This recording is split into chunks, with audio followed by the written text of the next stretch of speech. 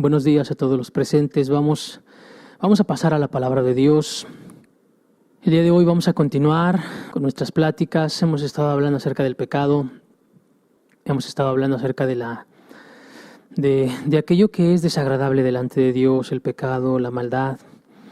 Y el día de hoy quisiéramos hablar un poco más acerca de eso. De hecho, vamos a estar hablando unas enseñanzas más referente a ello. Hay mucho que hablar del pecado, hay mucho que hablar de la maldad. En la Escritura, como te lo decía la semana pasada, lo veíamos la semana pasada, desde el Génesis hasta el Apocalipsis nos habla del pecado. Es lo único que a Dios desagrada, el pecado, y qué importante es que lo entendamos. Vamos a la Escritura, 2 de Timoteo, capítulo 3, verso 1 en adelante. 2 de Timoteo, capítulo 3, verso 1 en adelante, dice la Escritura: también debes saber esto, que en los postreros días vendrán tiempos peligrosos. Porque habrá hombres amadores de sí mismos, avaros, vanagloriosos, soberbios, blasfemos. Y verso 4 dice: amadores de los deleites más que de Dios. ¿Por qué hablar del pecado? ¿Por qué profundizar más del pecado para todas aquellas personas que tienen poco tiempo viniendo con nosotros? Dice la Escritura, y lo veíamos hace algunas reuniones, que Dios no puede tener comunión con el pecado. Lo único que separa al ser humano de Dios se llama pecado, y por lo que murió Cristo Jesús en la cruz del Calvario. El motivo que le hizo a Cristo Jesús descender a la tierra para venir y vivir entre nosotros y dar su vida en la cruz del Calvario fue una cosa. Se llama el pecado en la vida del hombre. El pecado. El pecado es tan dañino, es tan desagradable, es tan terrible en la vida del ser humano, que es el producto, es la raíz de todo lo que nosotros vivimos hoy en día en nuestra sociedad. De lo que hoy en día vivimos alrededor de nosotros: muertes, secuestros, problemas, dificultades, familias destruidas, niños abusados, religiones mentirosas, maldad y maldad y maldad. El Señor Jesucristo decía: he aquí que la maldad se multiplicará. La maldad se multiplicará y el amor de muchos se enfriará. Por eso es importante hablar del pecado. ¿Por qué? Porque el pecado es aquello que va a llevar al ser humano a la perdición. El pecado es aquello que va a llevar al ser humano a la perdición, y es el que le ha llevado a la perdición eterna, no solamente a la perdición natural, humana, terrenal en la que nosotros vivimos. No solamente eso. El pecado no solamente destruye las familias, el pecado no solamente destruye una ciudad o una nación o un mundo. El pecado no destruye solamente eso, el pecado destruye eternamente el alma. Eternamente. Dice la Escritura que Dios ha puesto eternidad en nuestros corazones.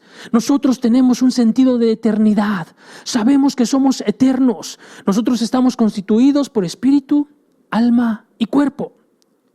Nuestro cuerpo es esto, que podemos palpar, que podemos tocar.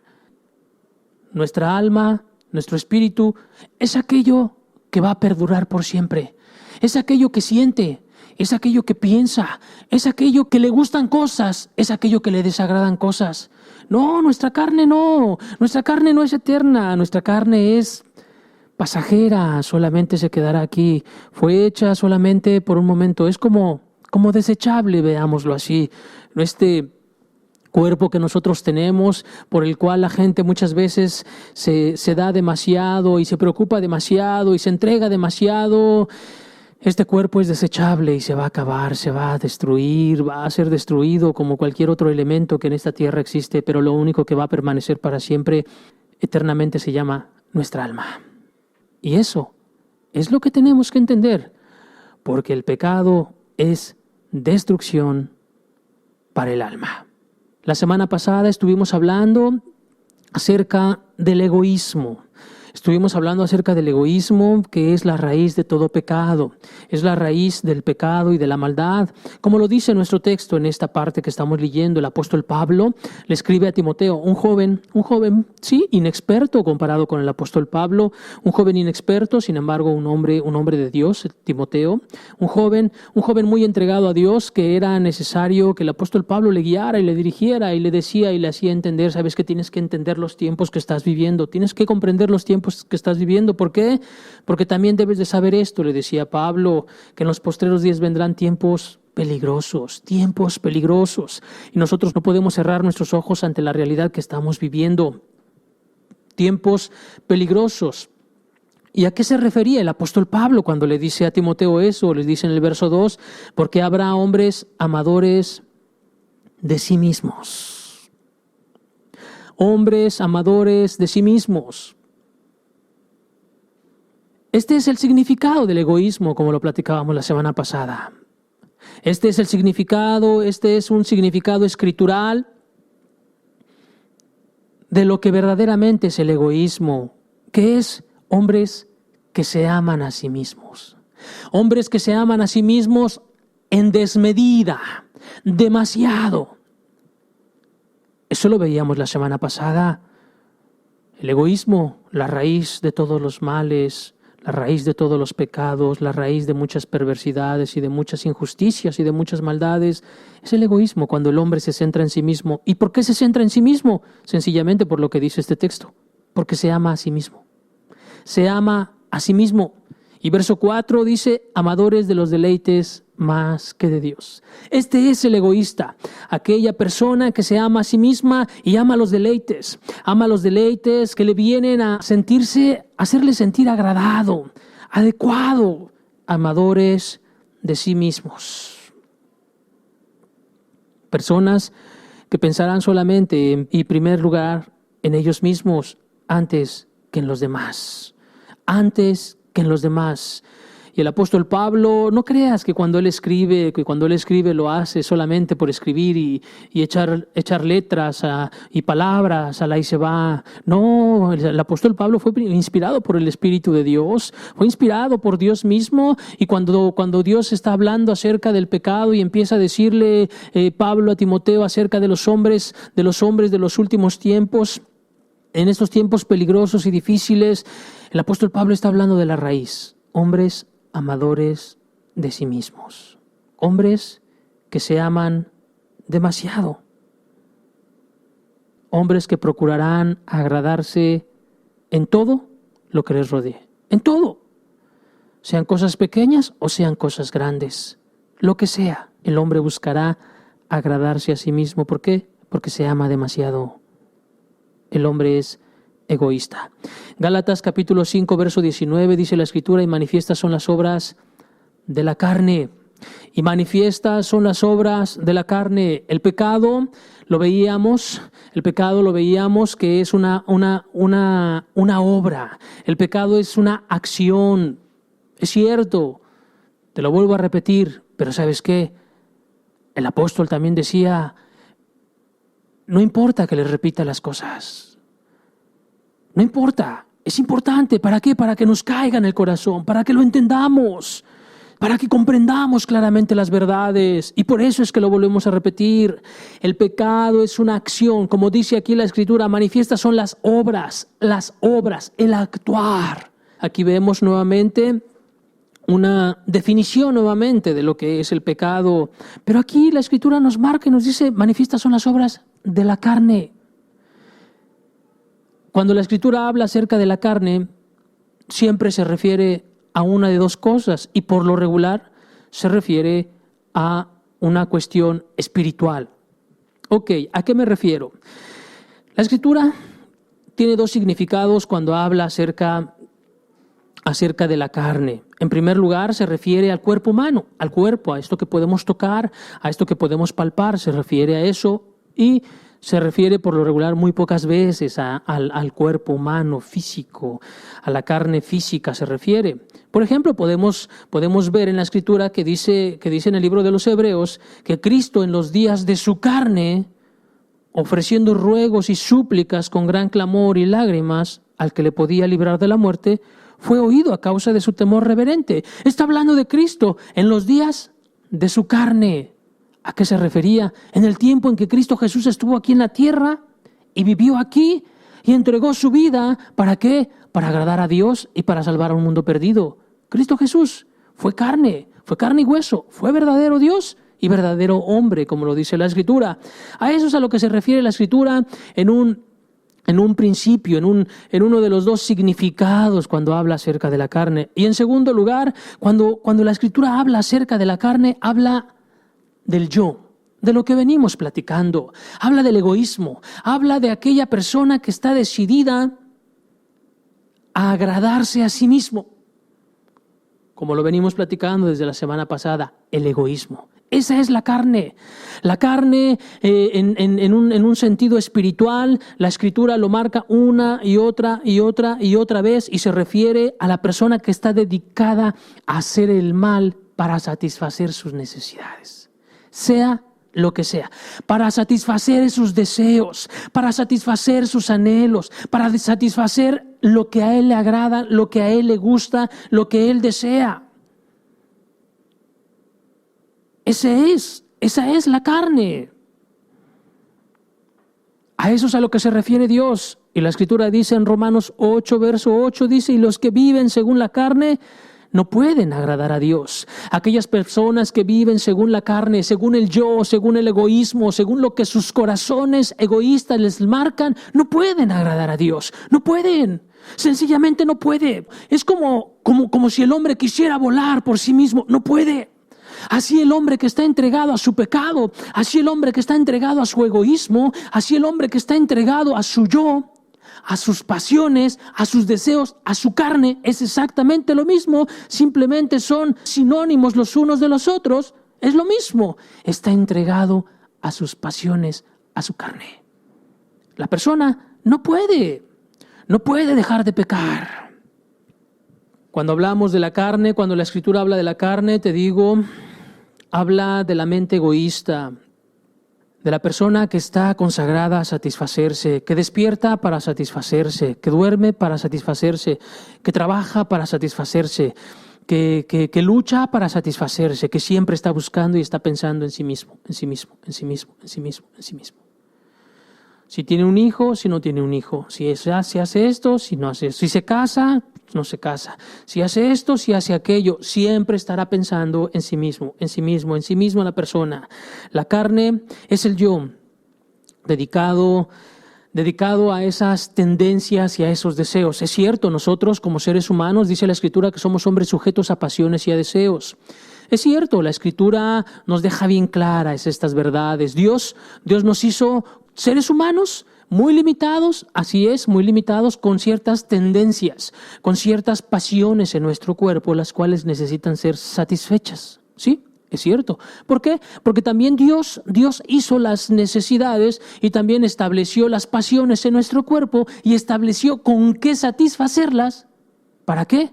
Dice la Escritura, para que lo disfrutemos. También dice la Escritura, es cierto, así es. Dios hizo todas las cosas para que las disfrutáramos, pero hay tiempo para todo y hay forma y hay manera.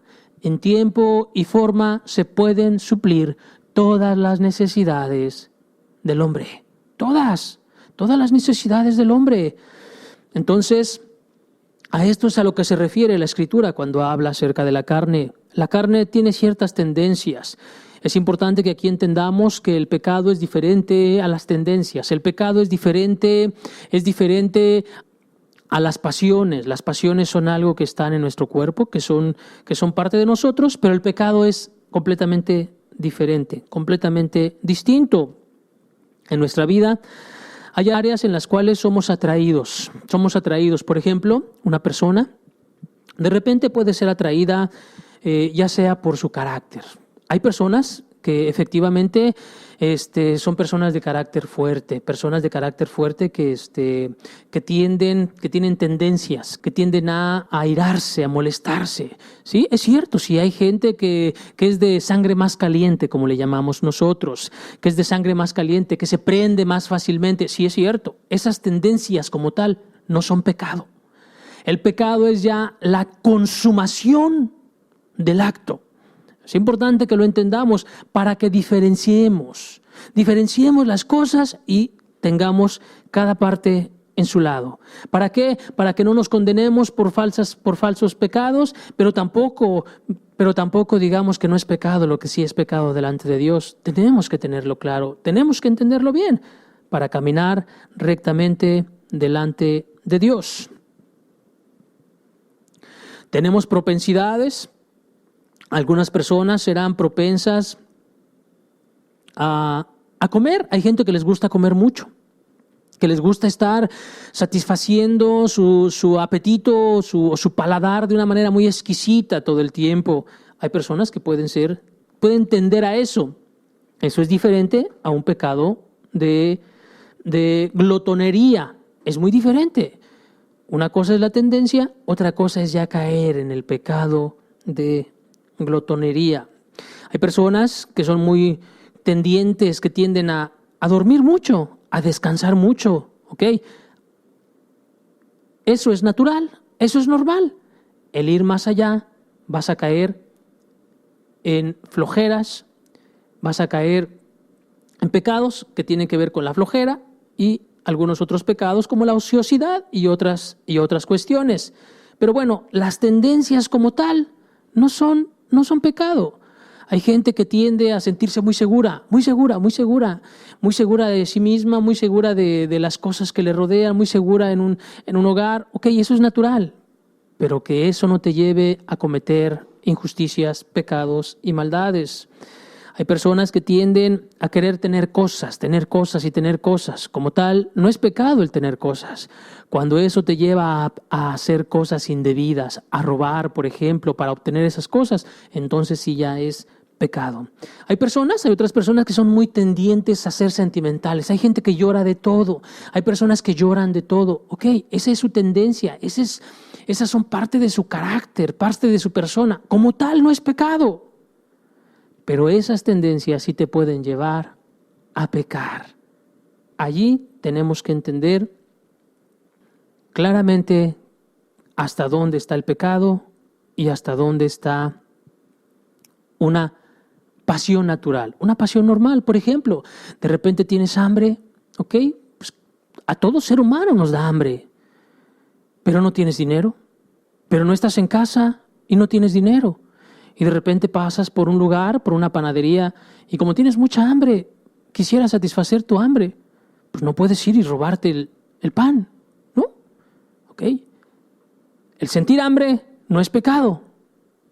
El ir y agarrar el pan, ese es el pecado. Robarte el pan, ese es el pecado.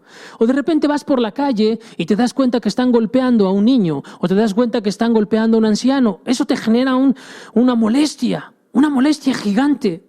Y te enojas, te molestas. Ok, eso no es pecado. El pecado es que te vayas sobre las personas y empieces a golpearlas de tal manera que mates a la persona. Ahí sí sería el pecado. Tenemos que hacer y tener claro entre el pecado y las tendencias naturales de nuestro cuerpo. El pecado es un acto voluntario de la carne, del yo. Es un acto voluntario en algo que sabemos y que entendemos que es indebido. Porque veíamos la semana pasada, dice la Escritura, que el que sabiendo hacer el bien y no lo hace, le es pecado. El que sabiendo hacer el bien y no lo hace, le es pecado. O sea que la persona tiene que estar completamente consciente de lo que es bueno y de lo que es malo. ¿Para qué? Para que entonces sobre eso pueda valorar claramente lo que es pecado y lo que no es pecado. Es importante. Aquella persona que está viviendo en pecado, que tiene esa raíz de pecado, que es el egoísmo, definitivamente nunca va a poder salir adelante por sí solo. No va a poder. ¿Por qué? Porque simplemente está centrado en sí mismo. Está centrado y la persona no puede agradar a Dios, no puede agradar. ¿Por qué? Porque no le interesa agradar a Dios. Dice la Escritura en Romanos capítulo 8, verso 6, dice que porque el ocuparse de la carne es muerte, pero el ocuparse del Espíritu es vida y paz. Por cuanto los designios de la carne son enemistad contra Dios, porque no se sujetan a la ley de Dios, ni tampoco pueden. La mente carnal, la carne, eso que está aquí en nuestro corazón, esas decisiones egoístas, ese actuar egoístamente, ese vivir egoístamente, no puede. Hay muchas personas aún en medio de nosotros aquí en este lugar que estás escuchando que has querido hacer muchas cosas, muchos cambios, que has intentado dejar una cosa, que has intentado dejar otra cosa, que has intentado dejar aquí, que has intentado hacer eso y otra cosa y no has podido. ¿Por qué? Porque la mente carnal no puede. Porque el corazón lleno de egoísmo, lleno de pecado, lleno de maldad, no puede. Sencillamente la persona no puede. ¿Por qué? Porque nada más está pensando en sí mismo. Porque la persona solamente piensa en agradarse adecuadamente. No se sujetan a la ley de Dios, ni tampoco puedes. No puedes. Y la persona entra en un conflicto ahí interno, escuchando una predicación, tal vez escuchas una enseñanza y viene el Espíritu de Dios y toca tu corazón y te dice, tú, es a ti a quien te estoy hablando. Tú eres esta persona, tú eres un egoísta, tú eres esto otro. Y la persona de repente dice, sí, cierto, quiero hacer las cosas, ya voy a cambiar, pero no quieres dejar lo que hay en tu corazón. Esas intenciones y esas decisiones que están muy adentro de ti, que te llevan a un camino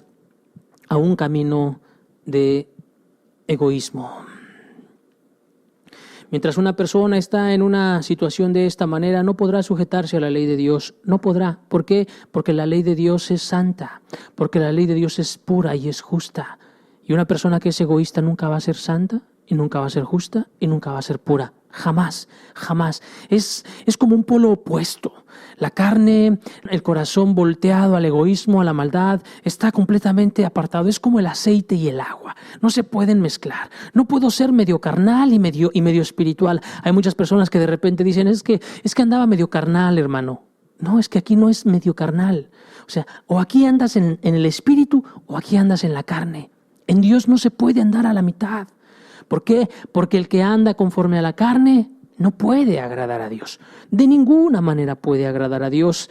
El viejo hombre, la mente carnal, andar en la carne, una mente reprobada, ser un egoísta, es exactamente lo mismo. La Escritura te habla acerca del corazón desviado, del corazón malo, te lo habla de muchas maneras, de muchas formas, pero sencillamente es lo mismo.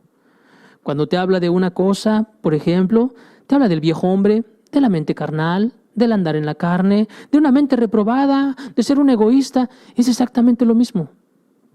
Es el mismo pecador, nada más que desde un punto de vista distinto. Es como una pelota o una esfera. Le das la vuelta y es igual de redonda que cuando le diste la vuelta. Y le vuelves a dar otra vez la vuelta y sigue siendo redonda. Así es el pecador.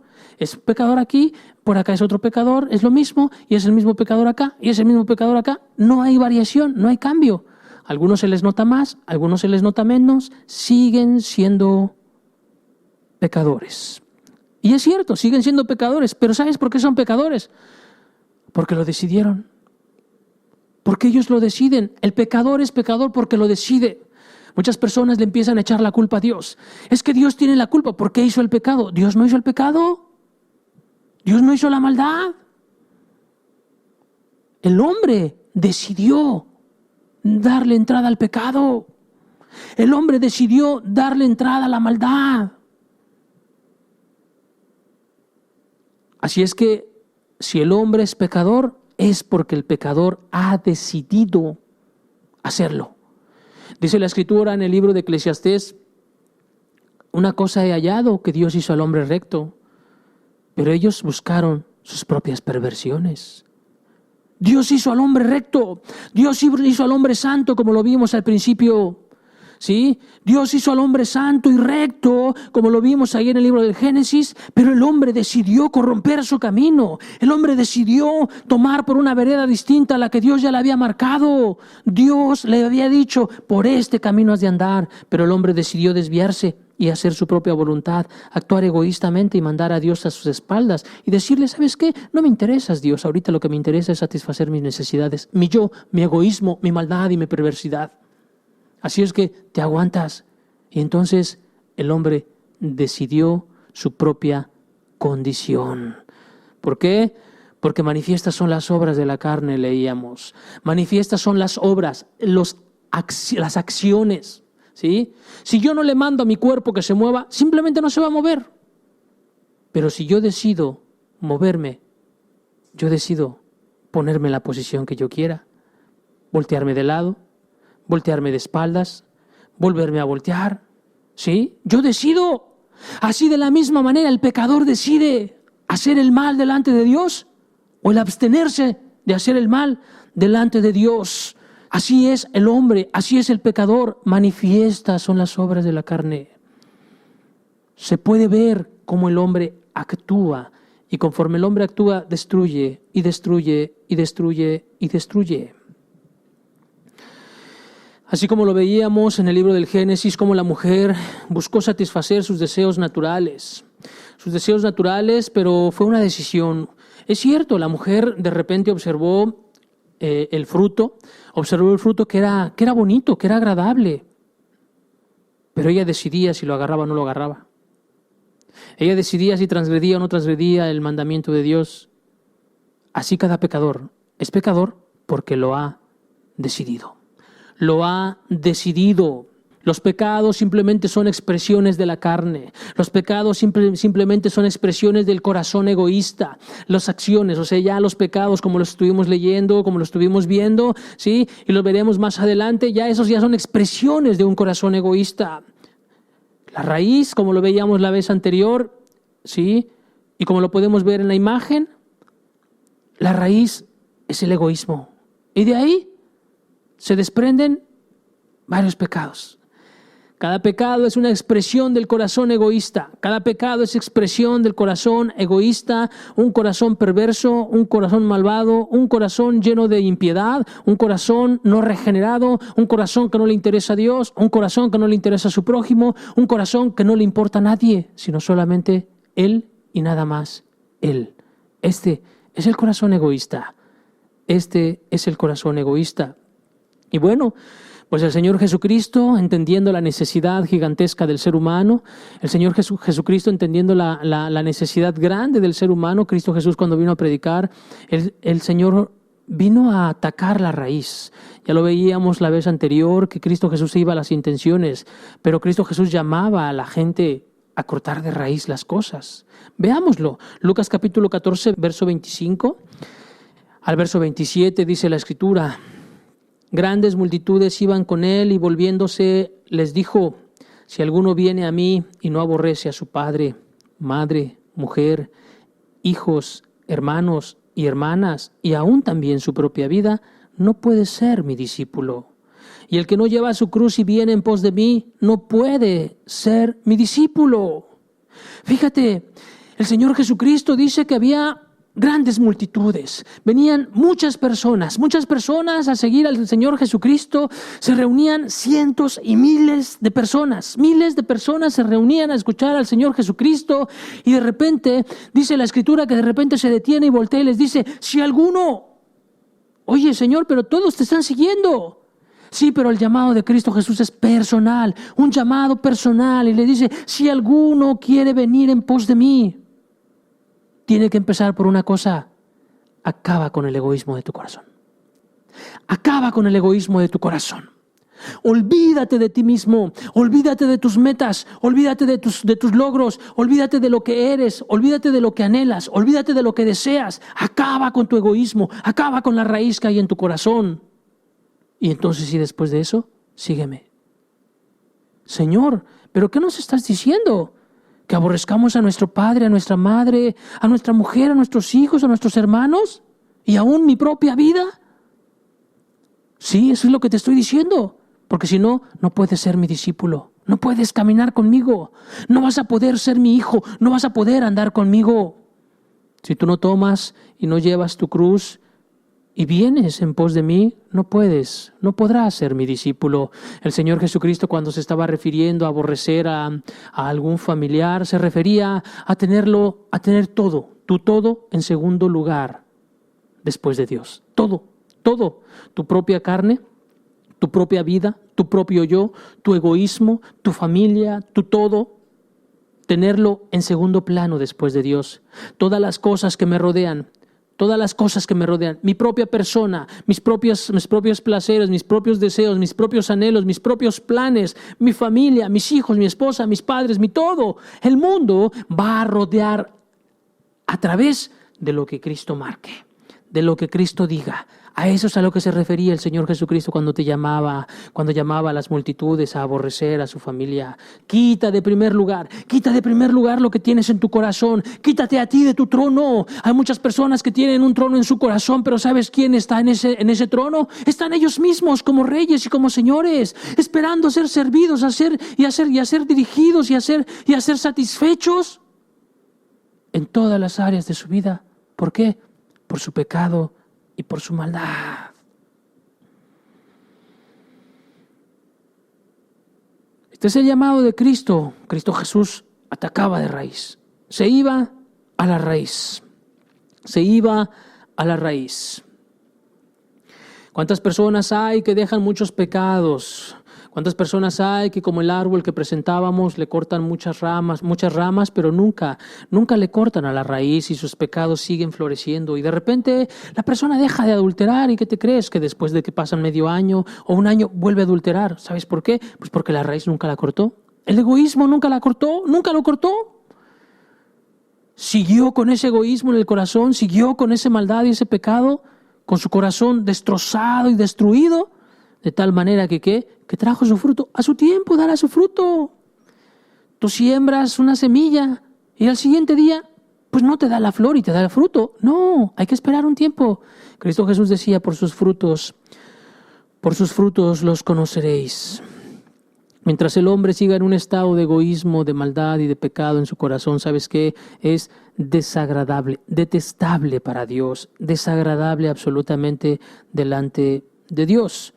¿Por qué? Porque el pecado es afrenta de las naciones, porque el pecado es afrenta del ser humano. ¿De dónde vienen? ¿De dónde vienen los problemas? ¿De dónde vienen las guerras y los pleitos entre vosotros? Decía el apóstol Santiago. ¿No es de vuestras pasiones las cuales combaten en vuestros miembros? ¿De dónde vienen las guerras? ¿De dónde vienen los problemas? ¿De dónde vienen los conflictos? ¿Qué acaso no es de las pasiones? ¿Qué acaso no es de un corazón egoísta que nada más está pensando en sí mismo? Cuando no piensa en la sociedad, cuando no piensa en los que le rodean, ¿de dónde vienen esas maldades? ¿De dónde viene el matar a una persona, el matar a 1,000, el matar a 15,000 personas? ¿De dónde vienen? Vienen de corazones perversos, de corazones llenos de maldad. Los conflictos nacionales, familiares, mundiales, vienen por causa del pecado. ¿Y sabes qué? El pecador no tiene ninguna solución. No tiene ninguna solución fuera de Dios. Entendámoslo. El pecador no tiene ninguna solución. Nuestro país está lleno de pecado. Nuestro país, la solución no es cambiar de gobierno. La solución no es nuevas estrategias militares. La solución para nuestro país no es hacer cambio en los libros de la SEP. La solución para nuestro país no hacer cambios a las reformas o reformar o cambiar ciertas cosas. No.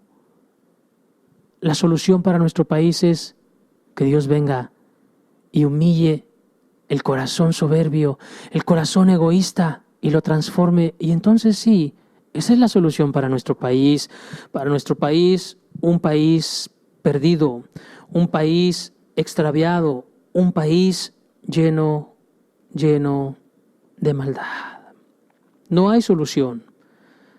No hay solución para el pecador fuera de Cristo.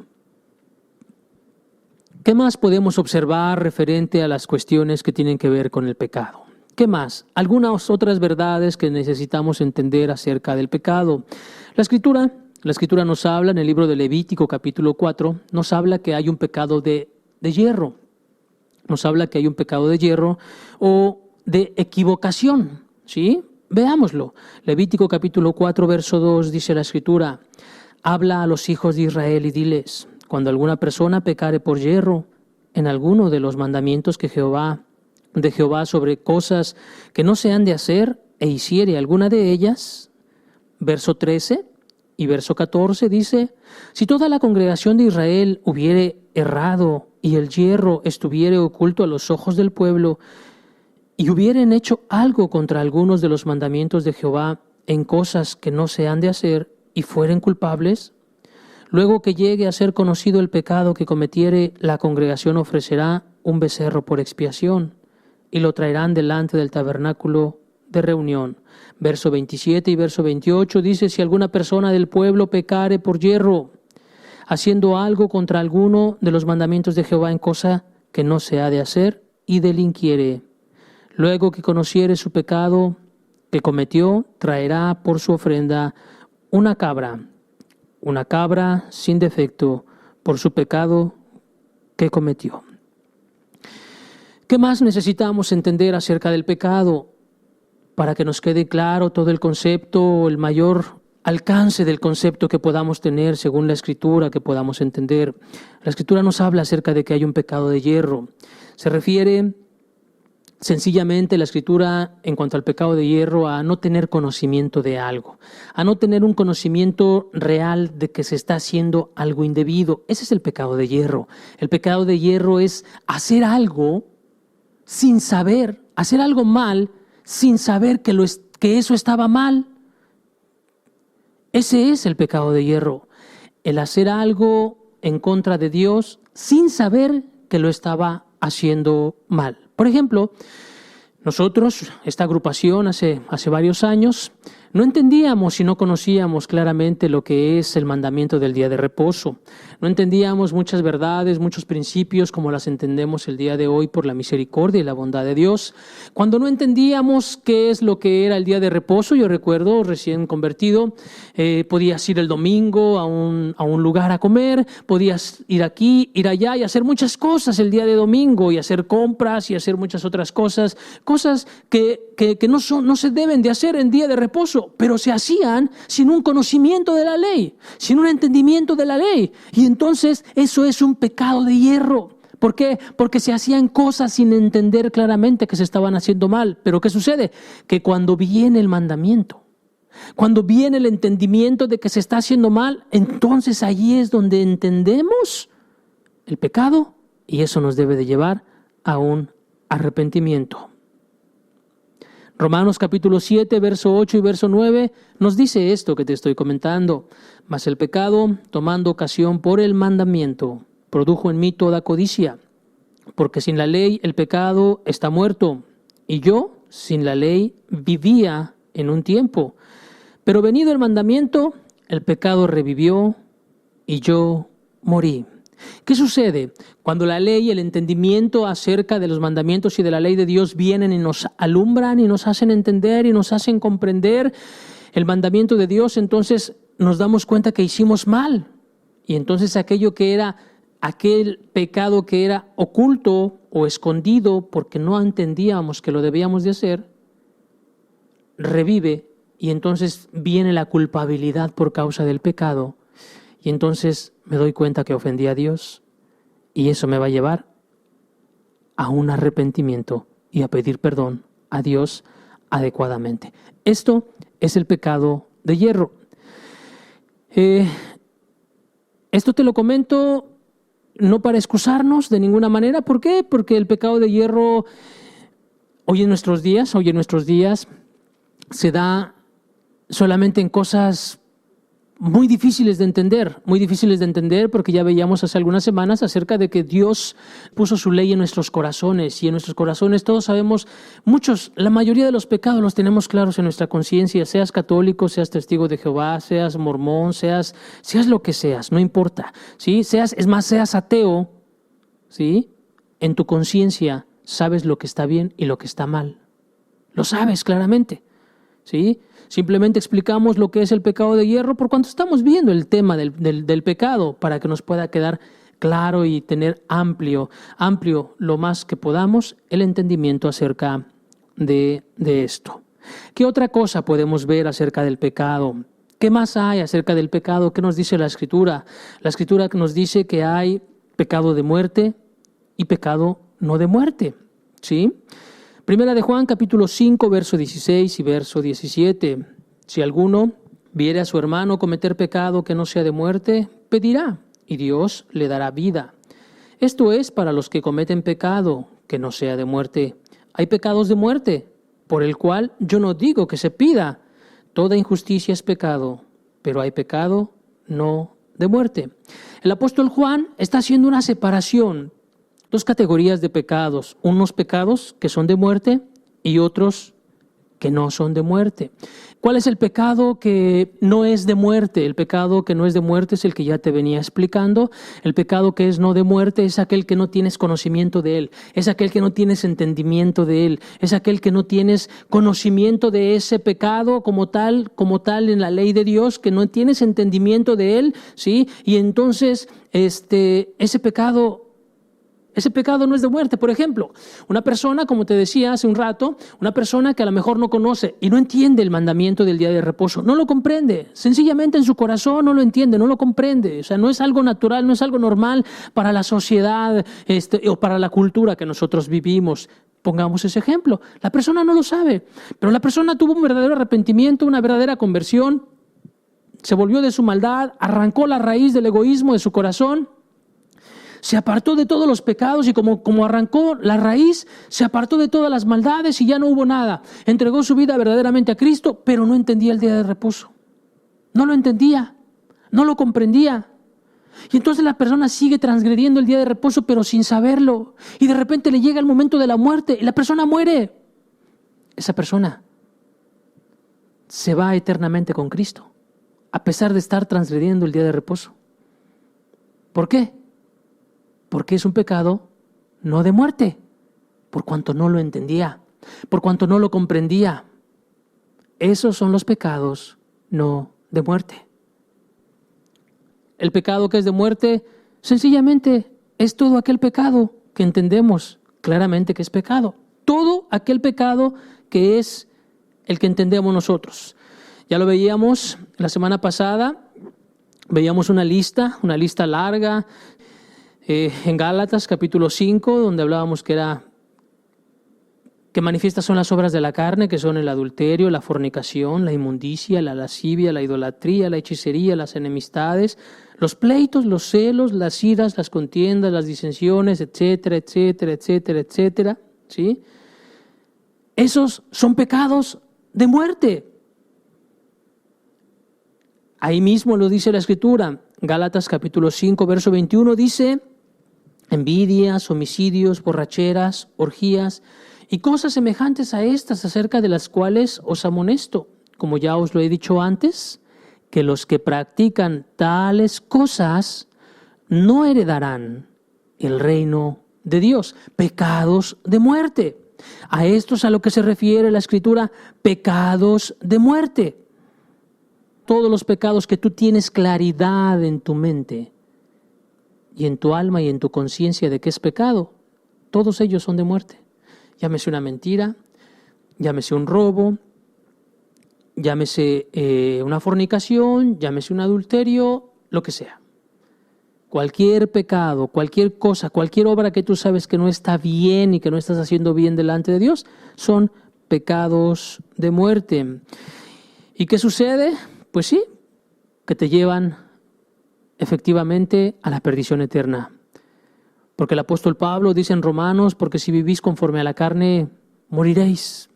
Si vives conforme a la carne, conforme a lo que veníamos hablando, conforme al yo, vas a morir. Pecados de muerte. El egoísmo es un pecado de muerte. Es un pecado de muerte el egoísmo, ¿por qué? Porque te lleva a la perdición eterna. A la perdición eterna. Puede ser la persona más linda del mundo, pero que tengas el egoísmo en tu corazón, que no se vea, que nadie lo vea, pero que lo vea el de arriba, estás perdido. Es un pecado de muerte. Santiago capítulo 4, verso 17 dice, y al que sabe hacer lo bueno y no lo hace, le es pecado. Dice el apóstol Santiago, al que sabe hacer lo bueno. El pecado de muerte es en aquella persona que sabe, porque al que no sabe es un pecado de no muerte, pero al que sabe es un pecado de muerte. Esa es la diferencia entre el pecado de muerte y entre el pecado que no es de muerte. Veamos un ejemplo en el Antiguo Testamento, Éxodo capítulo 21, verso 28 en adelante. Dice, si un buey acorneare a hombre o a mujer y a causa de ello muriere, el buey será apedreado y no será comida su carne, mas el dueño del buey será absuelto.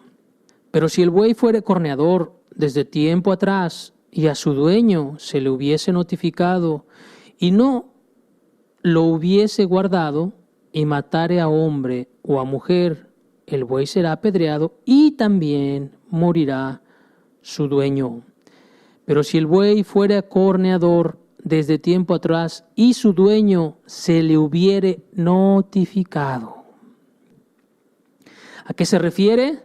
Aquí en esta parte que podemos leer es un ejemplo muy claro acerca de la ley de Dios en cuanto al pecado de muerte y el pecado no de muerte. Hay una gran diferencia. Te pone a dos casos hipotéticos. Uno, el animal de un hombre que de repente acornea a alguna persona y la mata, pero el dueño del animal no sabía que era corneador.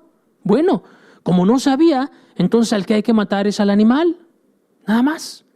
Y el hombre, como no lo sabía, un pecado no de muerte, un pecado de hierro, ¿sí?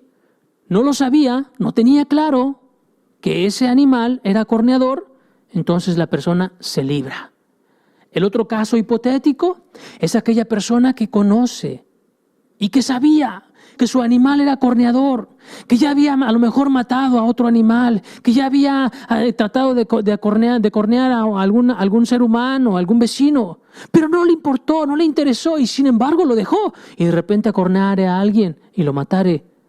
Dice, por cuanto sabía, por cuanto tenía entendimiento y claridad de ello, es culpable y morirá el animal y morirá el hombre. Ambos los matarás. Este es el pecado. Esta es otra verdad acerca del pecado, una verdad que es importante que la tengamos presente. El pecado de muerte y el pecado no de muerte. Esto es, ¿qué más podemos entender acerca del pecado? Otro principio importante que podemos entender acerca del pecado es que, ya te decía hace un rato, una cosa es el pecado y otra cosa son las tendencias. Una cosa es el pecado y otra cosa son las pasiones. Para que lo tengamos más claro, una cosa es el pecado, la acción, y otra cosa es la tentación.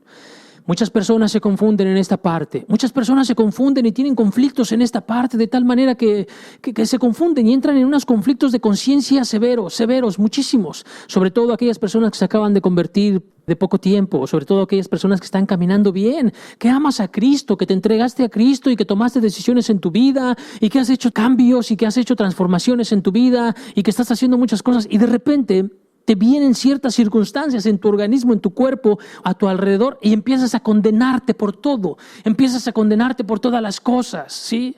De repente vas en tu automóvil y de repente agarra y uno se te cierra y te sientes así con ganas de pitarle el claxon o de aventarle el carro y dices, ay, ya pequé, ya hice mal, ya estoy mal y te sientes mal y estás así durante 2, 3 días y dices, ya pequé. Ok, bueno, pues es que a lo mejor en tu vida pasada antes de haber tomado decisiones para con Dios, pues eras así. Le aventabas el carro a la gente, le dabas al claxon a cada rato para ofender a los demás automovilistas, o te bajabas del carro, bravucón, haciendo y diciendo cosas, y ya.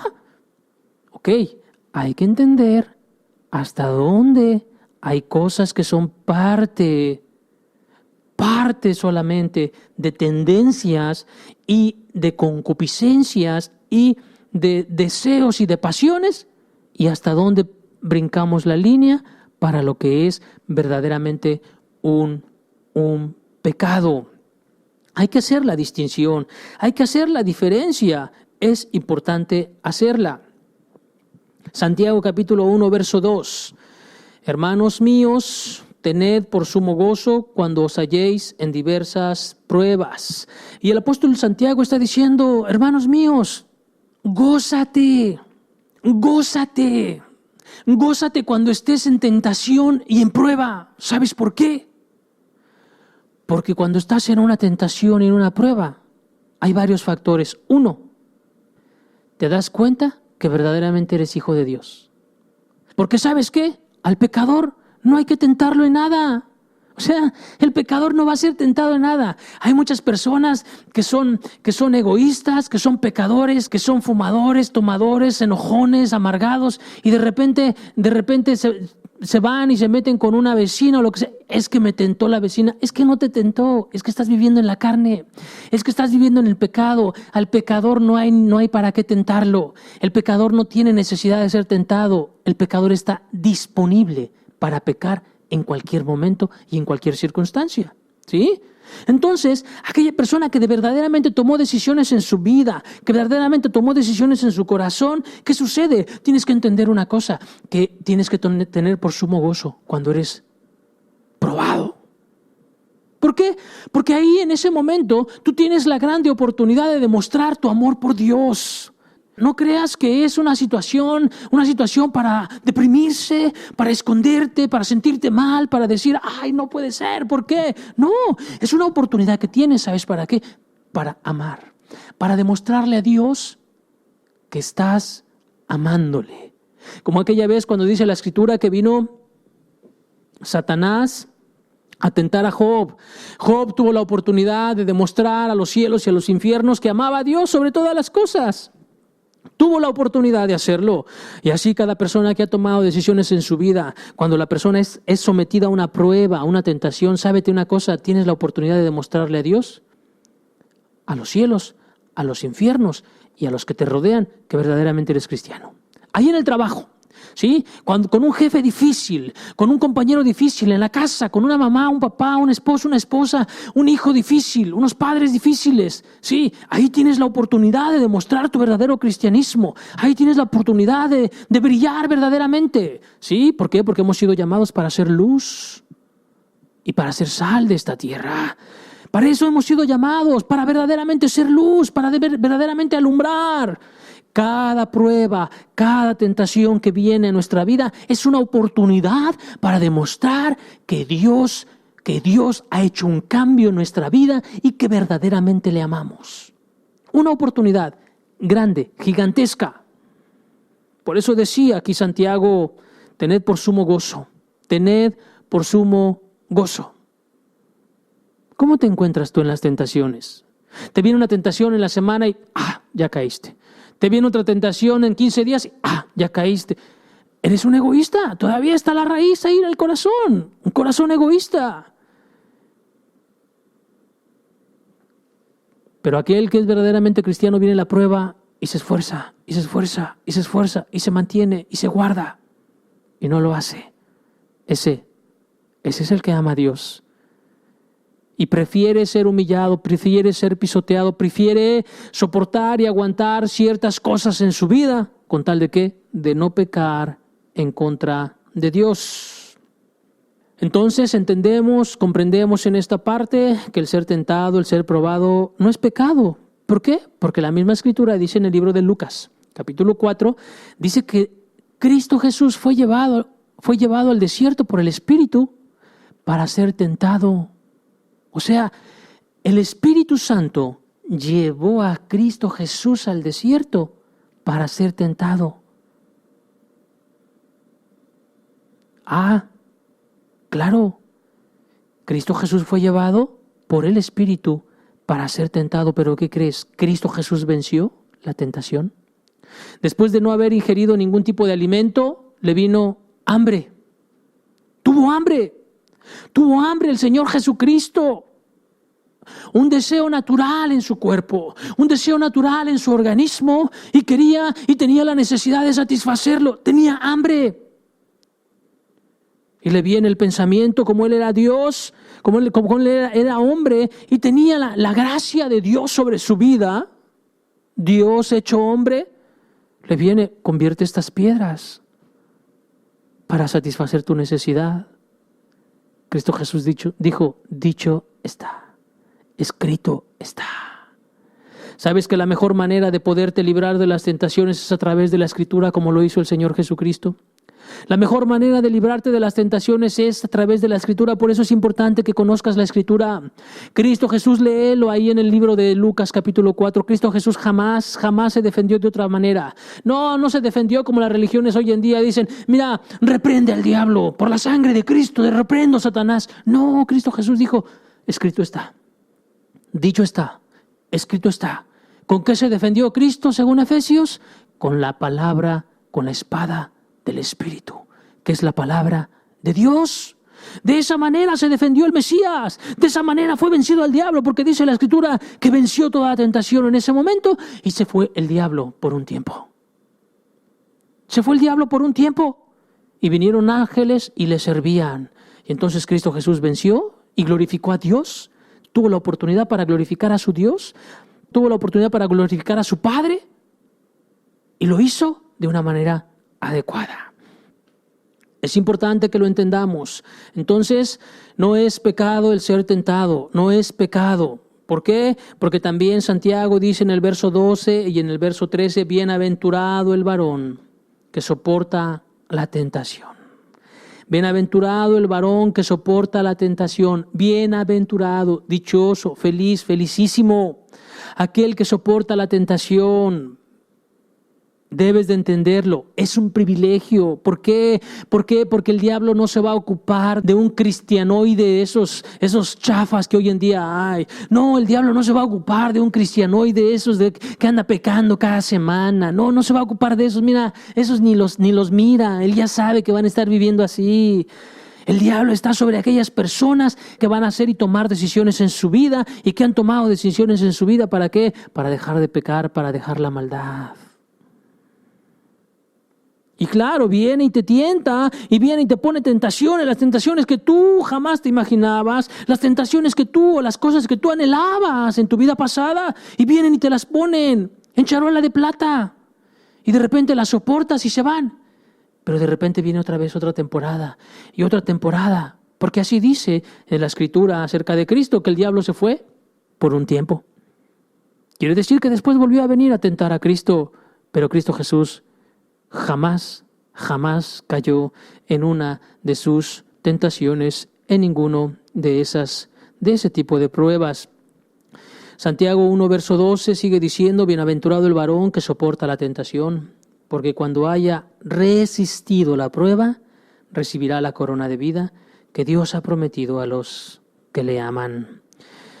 Verso 13: cuando alguno es tentado, no diga que es tentado de parte de Dios, porque Dios no puede ser tentado por el mal, ni Él tienta a nadie.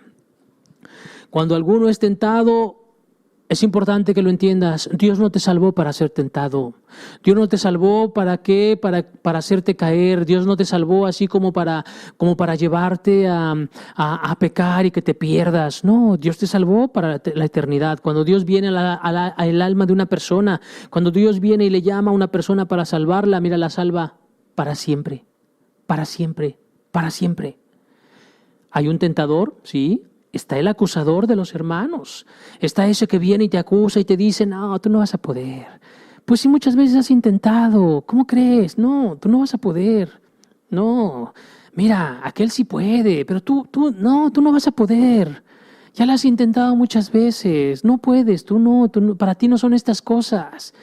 tú hiciste muchos pecados, has sido muy malo, has sido muy perverso, Dios no te va a perdonar a ti. Y ahí están los dardos de fuego del maligno sobre tu cabeza, sobre tu cabeza, sobre tu cabeza. Ahí están. No, Dios no te llama para hacerte claudicar, para hacerte tropezar, no. Sigue diciendo Santiago que si alguno es tentado es por sus propias concupiscencias. Es atraído y seducido. Porque después de que viene la concupiscencia, el deseo y el anhelo, y entonces la persona empieza a acariciar el pecado, empieza a acariciar la maldad, dice que entonces la persona decide. Y entonces da a luz el pecado, y el pecado da a luz la muerte. ¿Sí? Entonces, concluimos que el pecado es muy diferente a la tentación. En las áreas donde tú hiciste muchas maldades, muchos pecados, por ejemplo, si una persona fue muy dada a la sexualidad indebida, si una persona fue muy dada a la borrachera, a la drogadicción, al enojo, a la amargura, tú sabrás cada uno de tus pecados. En esas áreas vas a ser tentado, en esas áreas vas a ser atraído. Ok, pero si tú no decides concluir, si tú no decides acabar con ese pecado, ¿sí? Concluir con ese pecado, efectuarlo, actuar, hasta ahí no pecas. El pecado es diferente a la tentación. Muy diferente. Es importante que lo entendamos. Para que no tengamos problemas ni conflictos de conciencia, conflictos en nuestra alma, y no entender claramente lo que es verdaderamente el pecado y la maldad. Tened por sumo gozo cuando os halléis en diversas pruebas. Tened por sumo gozo. Si la tentación fuera mala, seguramente Dios nos diría que está mal el ser tentados. Que está mal el ser tentados, sino al contrario, nos dice y nos sigue diciendo Santiago, volvemos a leer verso 13, cuando alguno es tentado, no diga que es tentado de parte de Dios, porque Dios no puede ser tentado por el mal, ni Él tienta a nadie, sino que cada uno es tentado cuando de su propia concupiscencia es atraído y seducido. Verso 15, entonces la concupiscencia después que ha concebido da a luz el pecado y el pecado siendo consumado da a luz la muerte. Hay una grande diferencia, ¿sí?, entre la tentación y el pecado.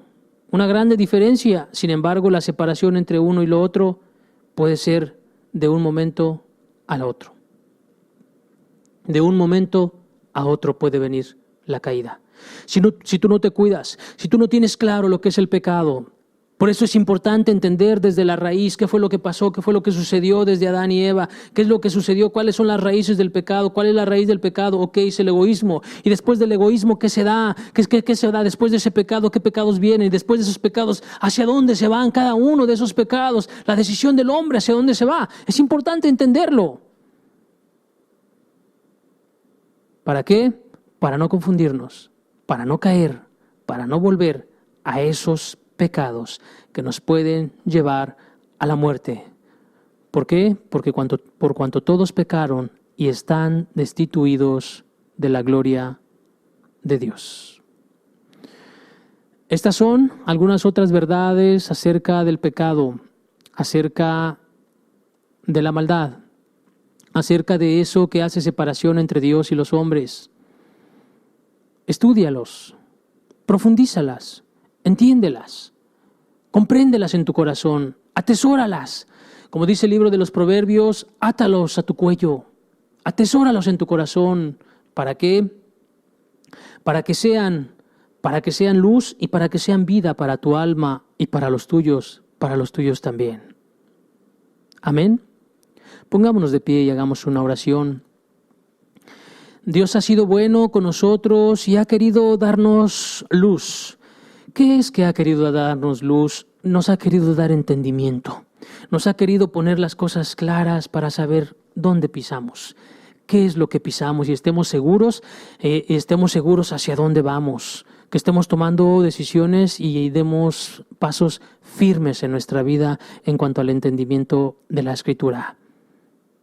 Que Dios nos alumbre y nos dé sabiduría para entenderlo a profundidad. Pero ¿sabes qué? También de ti depende. De ti depende que tú lo entiendas, que en la semana dediques tiempo para estarlo estudiando, para estarlo entendiendo, para estarlo comprendiendo, para examinar tu corazón y tu alma, para ver qué hay en tu alma y en tu corazón, en tu persona, para ver, no sea que te estés engañando, no sea que creas que eres cristiano y en verdad te estés engañando en tu corazón y estés haciendo las cosas inadecuadamente. Tú lo sabes, Dios lo sabe, y por eso es bueno escudriñarse a sí mismo para saber si estamos o no estamos en la fe. Hagamos una oración. Padre, porque tu palabra es luz y es vida, Señor. La exposición de tu palabra alumbra, dice la misma, Señor. Padre, gracias por tus verdades, gracias por dejar tan claro el camino, Señor. Gracias, Señor, por hablarnos y mostrarnos las cosas como son y tal cual son, Señor, para no extraviarnos, Señor. Bien dice tu palabra, Señor, que cualquiera que anduviere por este camino, por muy torpe que fuera, no se extraviará, Señor. Y claro es que no se extraviará, Señor. ¿Por qué? Por cuanto has dejado claro el camino a seguir, Señor. Gracias por cada aviso, gracias por cada instrucción, gracias por cada texto, Señor, para podernos guardar y para poder llegar al fin y a la eternidad contigo, Señor, y sobre todo para no estarte ofendiendo y no estar lastimando más tu nombre como muchos hoy en día lo hacen. Padre, gracias por tu palabra, por tu espíritu y gracias por cada una de las personas aquí presentes, Señor. Gracias que lo podamos entender en nuestro corazón de una manera más clara, Señor. Revélalo tú, Señor, porque cuando tú lo revelas, Señor, Padre, permanece para siempre. En el nombre que es sobre todo nombre, en el nombre de Cristo Jesús. Amén, Señor. Amén. Que Dios te bendiga. Si Dios lo permite, nos vemos la próxima semana. Hasta luego.